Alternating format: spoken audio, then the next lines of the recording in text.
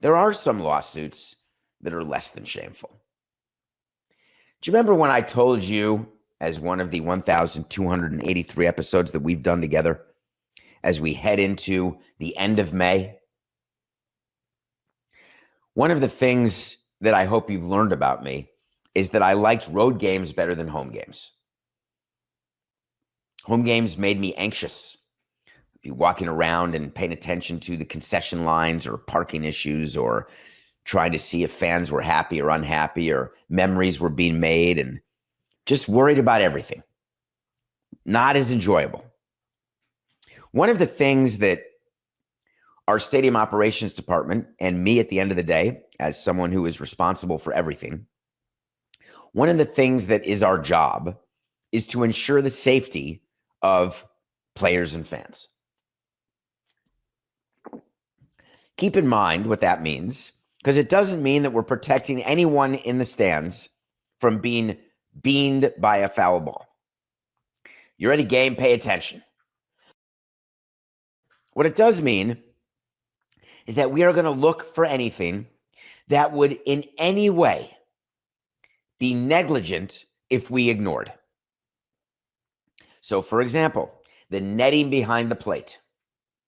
When there's a ball hit behind the plate over the catcher and umpire, fouled right back, imagine, if you will, that netting not being secure. You could imagine if a ball got through there because of a hole in the netting and someone got doinked, that may be a couple hundred G's.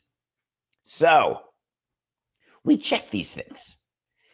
When you fly, if you've ever noticed that the captains on almost every airline, they go on the tarmac and they walk around the plane and they're checking to make sure the nuts and bolts are nutted and bolted, and they're checking to see whether the tires have air, or maybe it's just eye wash. Whatever it is, there are people at every baseball game.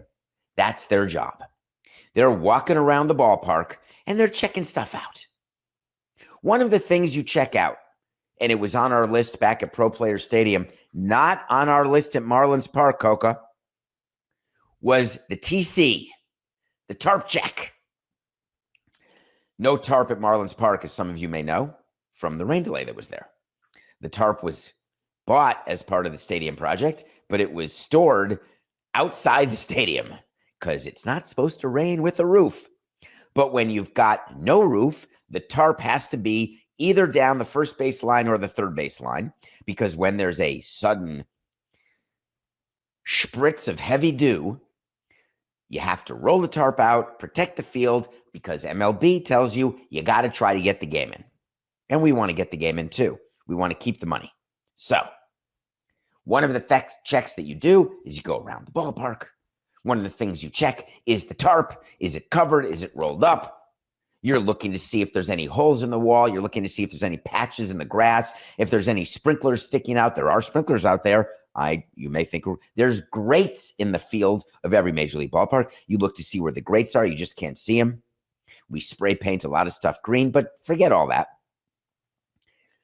You do a full check. In Cincinnati, they had a real problem in 2023. And there's now a lawsuit about it. My view of this lawsuit by Darren Ruff, a player you may remember, he went to Korea for a bunch of years in the middle of his career, but he was around for probably 7 or 8 years. He was a average player at best, never got to free agency. Darren Ruff was playing against the Cincinnati Reds as a member of the Brewers back in 23. He is playing first base, goes to the tarp, catch a foul ball. Yikes. What I'm showing you is a picture. If you're watching on the Nothing Personal with David Samson YouTube channel, if you're listening, I'm showing a picture of the rolled up tarp, and great on Cincinnati. It's a sponsored tarp, which is what we all try to do. And a sponsor will pay for the cover over the tarp. Ruff goes to catch a ball and hits his knee on the end of the tarp.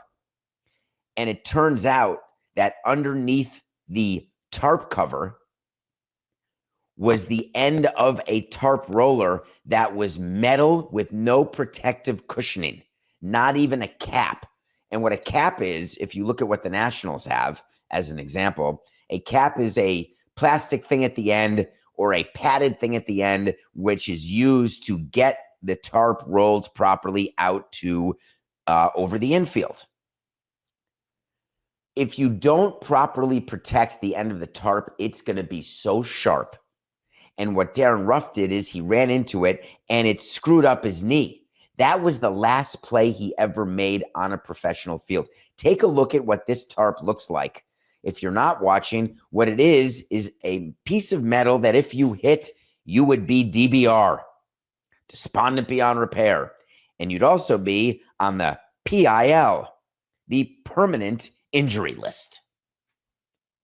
Have you ever stubbed your toe or hit your knee against something, knock knees, and the pain is enough to drive you to insanity? Now picture running into something, hitting your knee on it, and ruining the structure of your knee. Well, Darren Ruff decided, I'm not going to take this standing up. And he filed a lawsuit against the Reds. And what he's saying is, I suffered permanent and substantial deformities to my knee. He went on the 60-day injured list after that, and he never played again.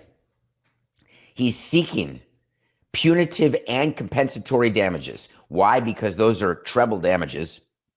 You can say, hey, I really want $3 million, but on top of that, I want punitive damages because you didn't behave well. I want compensatory damages because I would have been rich. I would have gotten $100 million as a free agent in baseball.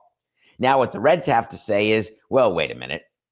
Darren Ruff at best would have gotten a free agency, and he would have been one of those maybe $3 million guys, maybe. And let's say it's not that he was young when this happened. Let's say he could play for 4 more years.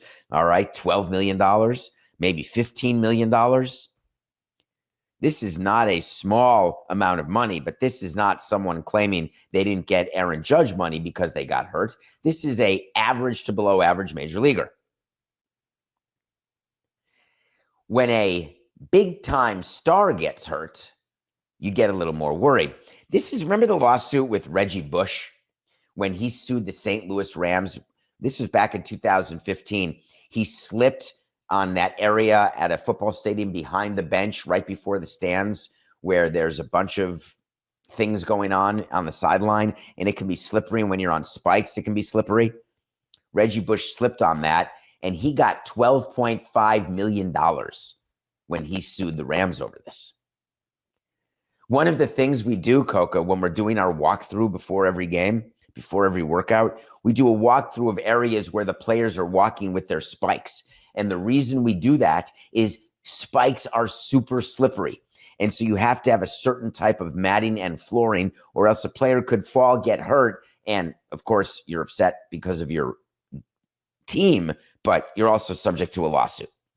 So you're always paying attention to these things. My view of the Darren Ruff lawsuit is the Reds have a problem. Now, there is insurance that you have at a ballpark. Anytime you open a ballpark, anytime you have an office, anytime you own a company, you have to have insurance that protects against people getting hurt at your place of work.